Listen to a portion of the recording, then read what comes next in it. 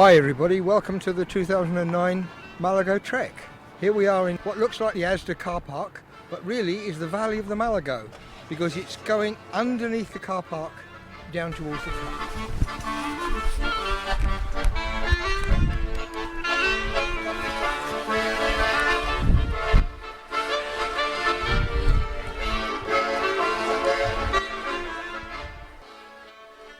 Yes, in 1968, July, there was one hell of a lot of rain, and the consequence of which the Malago flooded and the whole of Lower Bedminster got flooded.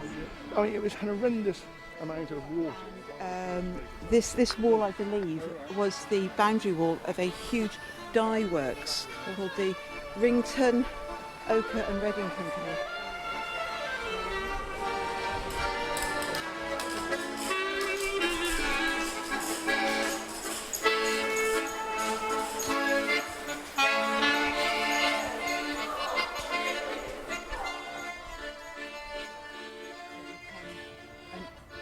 An urban feature with no river visible. This could be a massive bus stop and interchange, because the threat is for a large bendy bus to travel through here, and where it's too narrow, putting the Malago in a concrete pipe and then whizzing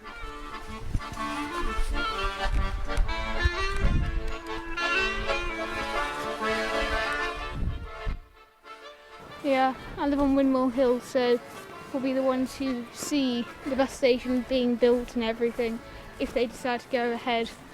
And it's quite annoying because the green, which they'll build over, is often used by other children like me to play on. At least 3 jays that are living in the trees just along here at the moment, and they adore acorns. And we have up here on the road lovely big oak tree, but it's full of acorns this summer, and I was looking at the acorn. This is the birds, this is their territory, and you're just looking in on it, and they're having a great time, and it's all perfect. They're in this perfect world with their trees and their plants and their water. They've got And you're aware of a flat electric blue, and then when it's gone you think, oh my goodness, that was a kingfisher. And the frustrating thing is that it's so fast you don't have time to really tune into it.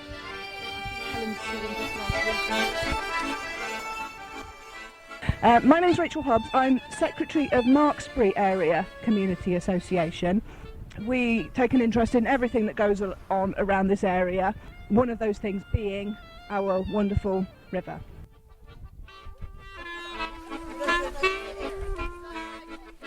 So I'm Davina, and I've been doing a project to make artwork to go along the river that draws people's attention to the fact that there's a river here, because it feels like lots of people don't.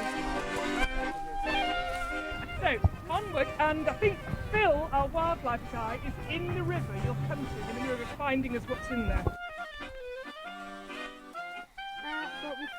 What was it, Ty? A fish, we found a fish. And where did you find Billy it? and Ty. Where did you find it? There is actually tons of fish that actually comes down here. Yeah, So they're like about that big. I found one about that once. What's Because that one about? time in the summer. About the size of your thumb? Yeah. Yeah. Because one time in the summer, It's me and my long as my Long as finger. your finger. As fat as my. Well, me and my mates came down here one time in the summer.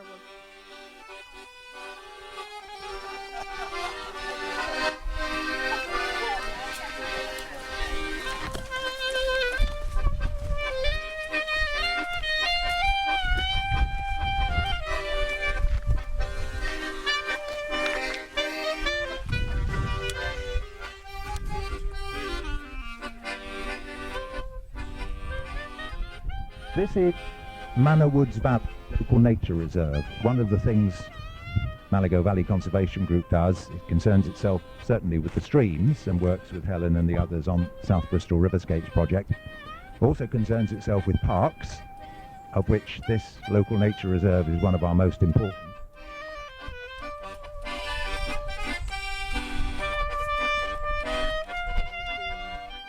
Helping and I'm particularly interested in plants, the history of the uses of plants. So just walking through here and looking at what kind of trees, what kind of flowers there are, and thinking, well, this was used for that, or almost every wild plant is our ancestors' supermarket.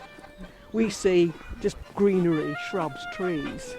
They would see medicinal plants, herbs, things to eat, things to make medicines, and things to make food or preserve things with. And what's special about here then? What's special it's about incredibly around here? rich. You know, we are more or less in an inner city here. All right, I've got a special one for you. Yeah. I came down here when I used to come down with my mum when I was a little girl, and my grandmother, and as a family and my aunties, we would all sit down there, and we would plonk ourselves down there, and the children used to play and paddle, and we used to sit down there with sandwiches, and it was always the thing we used to do, really. When I lived on Bedford Down, it went very far just to come down here and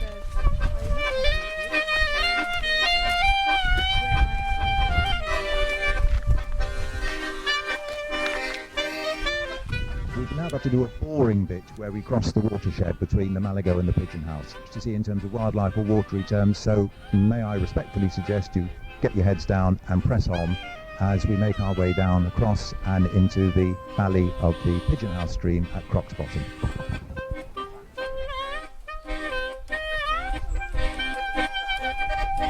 Thank you, Alan. Right, thank you everybody for coming on the Malago Trek. And now at no extra charge, we give you the Pidgeonhouse Trek. You can see some water through there. That is the water of the Pidgeonhouse stream. In fact, what you're seeing is This resource on our doorstep, and it really is on our doorstep. It's incredible. It really is such a short walk for me to get here, and it's just amazing that in the centre of a big city you can still access these green spaces, and it's so important that we maintain them and increase access and increase awareness of them as well, because this is what this walk is about as well, is increasing awareness of these spaces.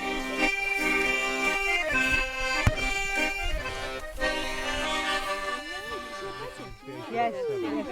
Yeah, well, it links the A38, the A370. We had a bit of pilgrims.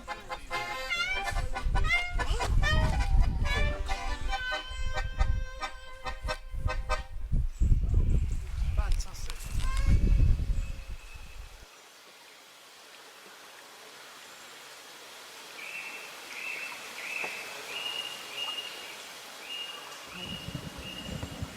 Okay, well this is the headwaters of the stream, and as you can see the water is very pure, and in traditional folklore everywhere in the world that headwaters of streams and rivers were always thought to be sacred.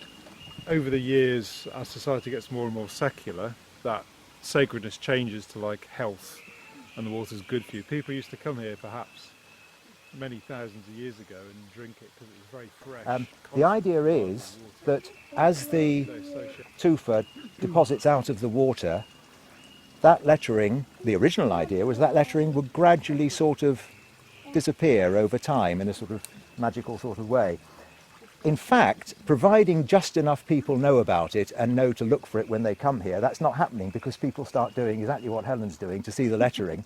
And although the letters are filling up with the tufa, all that's happening is you're then getting a nice contrast between the white of the tufa and the grey of the stone. So the lettering will always be there if you know to look, if you know to rub away the silt over the top. So get your hands dirty, it's what you want to do anyway. Play mud pies and see if you can work out what's going on there. Thank you. How exciting.